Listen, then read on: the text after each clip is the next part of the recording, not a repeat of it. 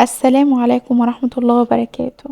هنعمل النهاردة ستريبس الدجاج اللذيذ، ستريبس كنتاكي اللي كلنا بنحبه. مش هتحسوا بأي فرق غير انكم متأكدين انه انضف واضمن كمان. وهنعمل ساندويتش زنجر سوبريم اللي كلنا مخلصين فلوسنا عليه. تتبيلة ستريبس رهيبة حرفيا بصوص لذيذ، وساندويتش مرتب وجميل زي ما انتوا شايفين كده، زي ما كتاب المطعم بيقول بالظبط. جربت الستريبس كتير بخليط سايل زي البانكيك او كورن فليكس وطرق كتير جدا لحد ما وصلت للجمال ده. كل التجارب كانت حلوة، ولكن هدفي من الاول كان اني اوصل للطعم اللي في كنتاكي. يلا بينا نبدأ. دايما بكون شايلة قطعة الموزة دي على جنب، اللي هي الجزء المنفصل عن صدر الفرخة. لو طالبين ستريبس من عند اي فرارجي هيجيبها لكم بالشكل ده. هو قطرة، وكمان القطع مظبوطة، مش رفيعة تنشف في القلي ومش تخينة ما تستويش. لو مش متوفر مفيش مشكلة، هقطع صدر الفرخة اصابع متوسطة كده بالشكل ده. طبعا قطع الدجاج دي مغسولة بمية وليمون ومتصفية كويس قوي. هبدأ اول حاجة في تحضير التتبيلة. في كنتاكي بيستخدموا ماء فقط، انا هنا هستخدم مزيج من اللبن الرايب والهوت صوص، وده فعلا بيطري الفراخ وبينقل الطعم لحتة تانية. الحليب اللي عندي هنا كان عادي مش رايب. هضيف لربع كوب اللبن معلقة صغيرة من الخل واسيبه على جنب، وده هيحوله للبن رايب او مقطع كده على طول. المقادير دي لنص كيلو من الدجاج. في طبق عميق هضيف معلقتين كبار من الهوت صوص، وعليهم معلقة كبيرة من البابريكا ومعلقة صغيرة من الشطة، وما تقلقوش مش هيبقى سبايسي ولا حاجة، ومعلقة صغيرة توم باودر ورشة من الحبهان البودر، وعصير نص ليمونة. وهنزل باللبن اللي بدأ يقطع، وهمكس الخليط ده كله. وطبعا ما ننساش الملح، هضيف حوالي معلقة ونص صغيرين من الملح. هقلب ده كله وانزل فيه بقطع الدجاج، وهفضل اقلب الفراخ كويس قوي مش اقل من 5 دقايق. بمجرد ما اخلص تقليب هغطي الفراخ بتاعتي واسيبها في التلاجة ساعتين على الاقل، ولو عندي وقت ممكن اسيبها اكتر من كده.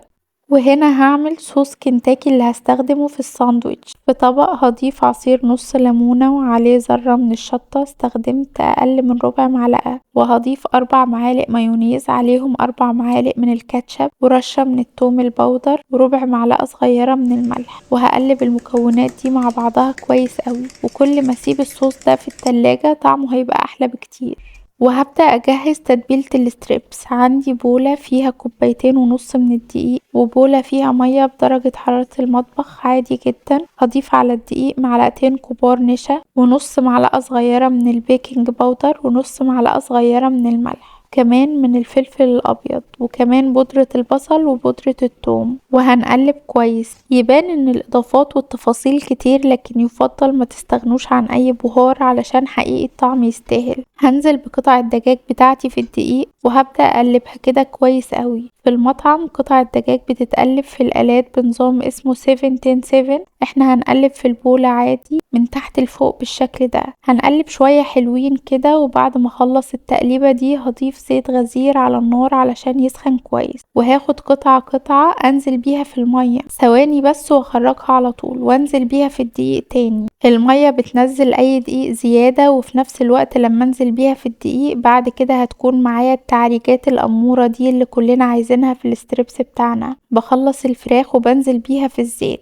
هياخد على كل جهة تقريبا حوالي 4 دقايق. مهم جدا درجة حرارة الزيت تكون متوسطة، لو عليت قوي هياخد لون من بره وهيبقى لسه مستواش من جوه، ولو الزيت بارد مش هتطلع مقرمشة، كمان هتطلع شاربة زيت. ممكن اتبله كمان واشيله في الفريزر واطلعه وقت القلي، او حتى اضيفه في الزيت ياخد تشميعة بسيطة كده واخرجه يهدى ويصفي الزيت، واشيله في اكياس في الفريزر. هنا بمجرد ما ياخد اللون الذهبي الحلو ده هخرجه على راك واسيبه يصفي الزيت. وبكده بقى جاهز عندي ألذ ستريبس ممكن تدوقوه. ممكن تقدموه مع مكرونة أو رز مبهر. أنا هنا كنت حابة أعمل ساندويتش زنجر سوبريم. يلا بينا نحضره. عندي شرايح روز بيف أو أي لحوم مدخنة، ودي اختيارية طبعا ممكن تستغنوا عنها، وخس أو كابوتشا، وخيار مخلل وطماطم. دول تجويد مني انا بصراحة، مش موجودين في الساندوتش الاصلي بس انا بحبهم. وكمان جبنة برجر او جبنة شيدر، وكمان الصوص اللي انا حضرته. هبدأ باني هدهن الخبز اللي انا هستخدمه بالصوص، وهضيف طبقة من الطماطم وعليها طبقة من الكابوتشا وشرايح الروز بيف وقطع الستريبس، واخر حاجة الجبنة. كده الساندوتش بقى جاهز عندي. واكيد الساندوتش الحلو ده لازم نقدمه في وجبة كومبو كده.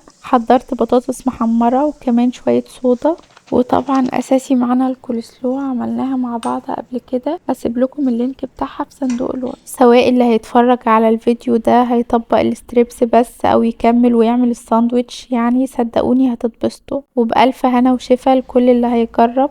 قولولي حبيتوا الفيديو ولا لا، ولو عجبكم وشايفين ان المحتوى مفيد ما تنسوش تعملوا لايك وشير وسبسكرايب لقناتنا على اليوتيوب، وكمان تفعلوا الجرس علشان يوصلكم اي فيديو جديد. اشوفكم على خير في فيديو جديد.